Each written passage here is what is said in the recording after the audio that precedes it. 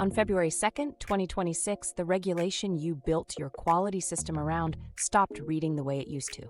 The quality system regulation is gone. In its place sits the QMSR. The QMSR amends 21 CFR Part 820 by incorporating ISO 3485-2016 by reference. Design controls, purchasing CAPA. The requirements did not vanish. They moved to new addresses inside the standard. Design controls now live in Clause 7.3, purchasing in Clause 7.4, corrective action in 8.52, preventive in 8.53. The device master record becomes the medical device file under Clause 4.2.3. Here's what matters for an OEM that outsources. Control of outsourced processes sits in Clause 4.1, not in purchasing. When your contract manufacturer runs the process, you still own the conformity, and you must document that control inside your own quality system. FDA also retired the QSIT inspection technique. Inspections now run under Compliance Program 7382-850.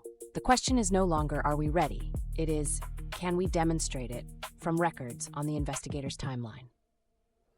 LSO's quality system was built for that demonstrability bar.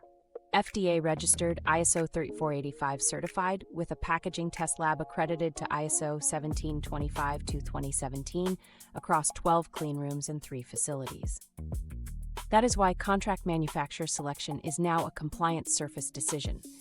Every additional CM is another quality agreement, another qualification file, another CAPA interface, another surface where the demonstrability gap can open under Clause 4.1.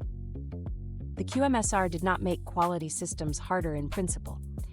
It raised the bar on proof. The OEMs that clear the first inspection cycle will be the ones whose systems and their CM systems were built to be demonstrated, not just described. If you outsource manufacturing, your Clause 4.1 control is only as strong as the CM behind it. We can walk your team through how our quality system supports yours.